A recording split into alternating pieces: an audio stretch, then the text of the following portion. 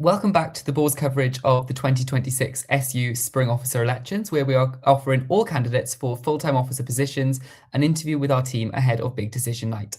I'm Tom Ryan, news editor at the Boar, and today I'll be interviewing Tyler Wang Sabot, running to be your next Vice President for Welfare and Campaigns. Welcome, Tyler. Hi. So the first question we have is, why did you decide to run for this position, and what do you think makes you stand out from the other candidates? All right, so welfare is really important to me as a neurodivergent student who's been through the welfare system so many times, well-being, disability, the RCT, you name it. And I've had times where they've been really helpful and also times where they've been not so helpful. And I think when students are struggling and they go somewhere to get help and they come out feeling worse than they did before, then that's only going to detriment them further. And for campaigns, I have a lot of things that I'm passionate about. So I've been exec of Animal Rights Warwick, previously Vegan and Vegetarian Society. Basically my entire time at Warwick, I was freshers rep, and I was social sec, and I was marketing, and I was welfare, then I was president, and now I'm social sec again. So I have experience in welfare in that sense. When I was welfare officer, I had to do active bystander training, and I see a lot of issues around welfare and the culture at Warwick that I think need to be addressed if, Warwick is going to be as good as it can be.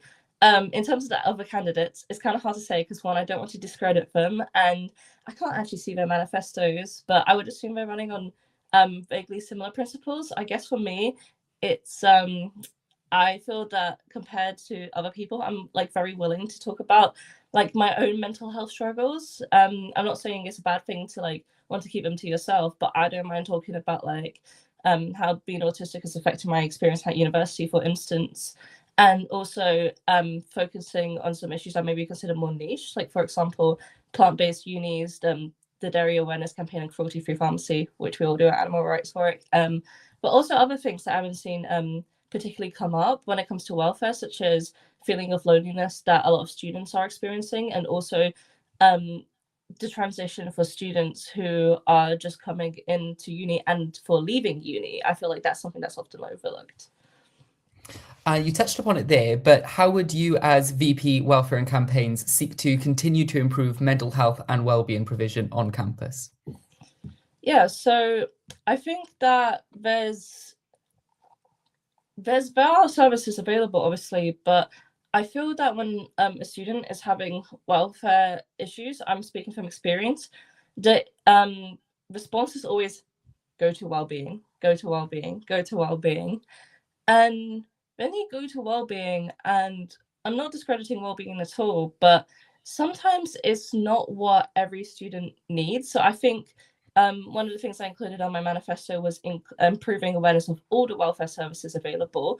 For instance, the residential community team for people who live on campus, Nightline, the student unions advice center, etc. But also I think potentially compiling a list of helplines and organizations that are external to the university, so that when the uni is sort of out of time, it's late at night, or someone needs more specialized support than just general welfare, then reaching out to them there. But also I think creating a sense of community, because I feel there's a culture of people come in the first year, they make friends, they form cliques, and then afterwards, if someone hasn't found their niche or their group, they feel like, oh, that's it, I guess I'm going to be alone at university. So creating community for people living both on and off campus, I think is really important through various events, especially free ones, because I know that for some students, money is an issue when it comes to clubs or attending things.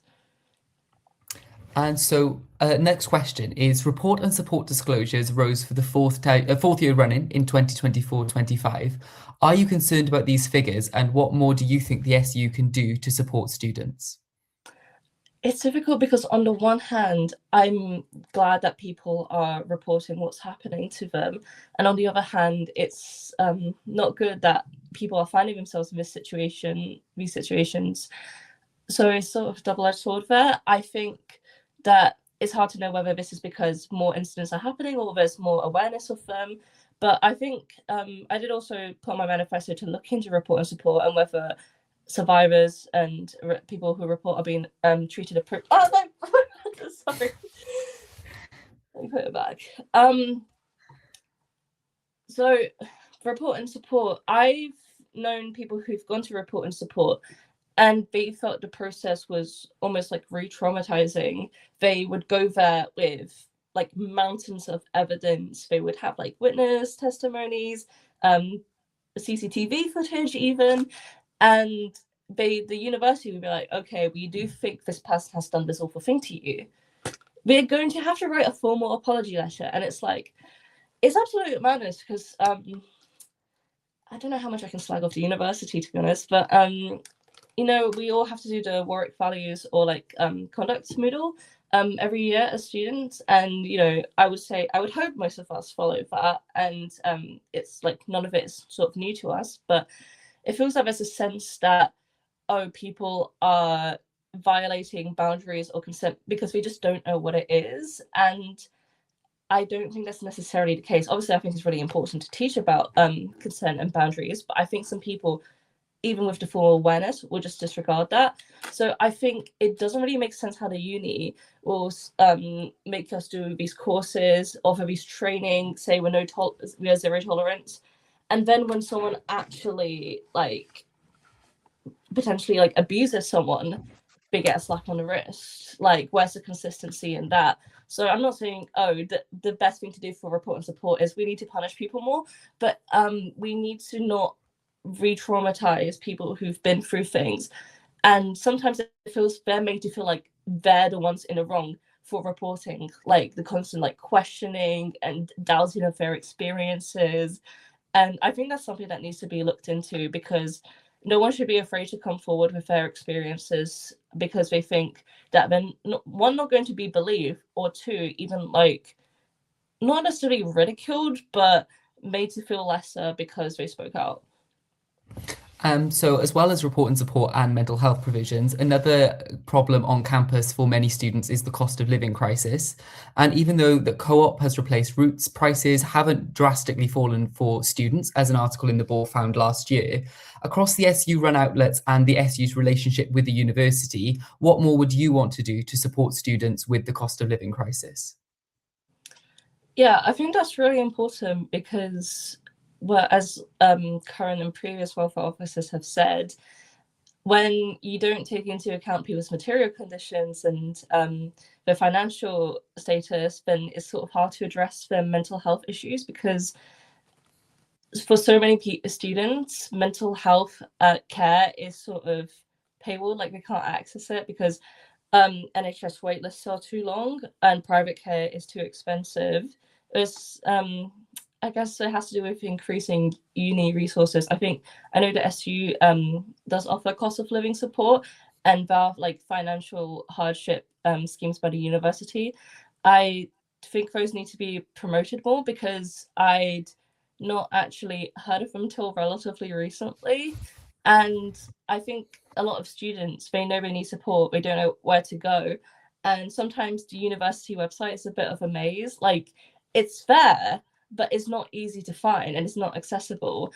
And when you're already stressed because of finances or anything else, that's just going to add an extra layer of stress. I think also continuing like previous campaigns that the SU is currently doing, like Free Breakfast Club, and also like lobbying for lower bus prices are important, because you know a lot of people live off campus in second and third year, and if you're spending exponential amounts of money to just get into campus, then that's going to take a like toll on you eventually. And also accommodation either from campus, it goes up every year. My week is now 44, my let is now 44 weeks, so instead of 40, even though term ends in June and not July, so I'm going to be paying an extra month of rent because reasons? I don't know. And just to wrap up the interview, I'm sure you've touched upon a few of these points here, but obviously a major thing as welfare and campaigns is running campaigns for the SU. So as VP Welfare and Campaigns, what campaigns would you seek to run over the next year? So I think a big part of what I want to do is continue previous campaigns, but also look into expanding them. So with the end period poverty campaign, I think that's really good. And I think it's been really helpful for students. But something I noticed is when it comes to, for example, menstrual health, there's talk about providing period products, but it kind of stops there. I noticed in the SU gender neutral accessible bathroom on the first floor, there's a poster that says, "Oh, if your periods don't feel right, scan this QR code." And I'm thinking this sort of needs to be more all over the campus rather in just like one or two bathrooms. I think period pain is something that's like quite stigmatized and not talked about enough. And on top of providing people who menstruate with products, I think we also need to like recognize that there's a big issue with like people's pain being dismissed because of like medical misogyny and other related factors, and how that can impact their studies, and how some of them might feel too ashamed to like bring up, "Oh, I've been struggling to study because my period pain is so debilitating." So I think period pain awareness along with end period poverty, as I've sort of said previously, things relating to animal rights, but also like that help students, as you mentioned, like affordability on campus. That's something at plant-based unis is really important, because I notice sometimes when you go to the SU outlets, the like sort of plant-based options are kind of lacking. And then if you're someone with dietary requirements, sometimes you don't have many options, and sometimes the options are a lot more expensive. Luckily, the Curiosity doesn't have a surcharge for oat milk, but it does for soya and coconut, I think, which is a bit unfortunate if you gluten-free, because oats don't actually have gluten, but they're often mixed with gluten, so they're not necessarily suitable. And basically just continuation of previous campaigns, but also expanding them, because I'm just looking at like what's been working so far, but how can we do more is always a question of how can we do more, not discrediting like what's previously come around, but also when I mentioned things like helping new students transition while also helping graduating students. I'm final year.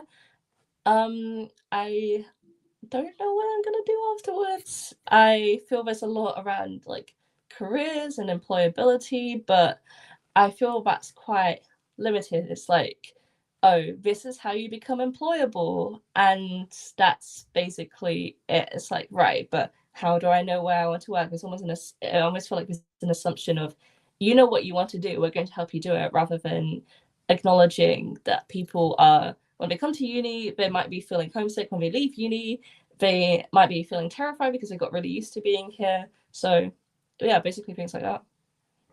That wraps up our interview today. Tyler, thank you so much for joining us. You Thank can you. watch all the other candidate interviews on the YouTube and on our Boar website. And of course, you can read the candidate manifestos on the SU website. But Tyler, thank you again for joining us. Thank you. Bye bye.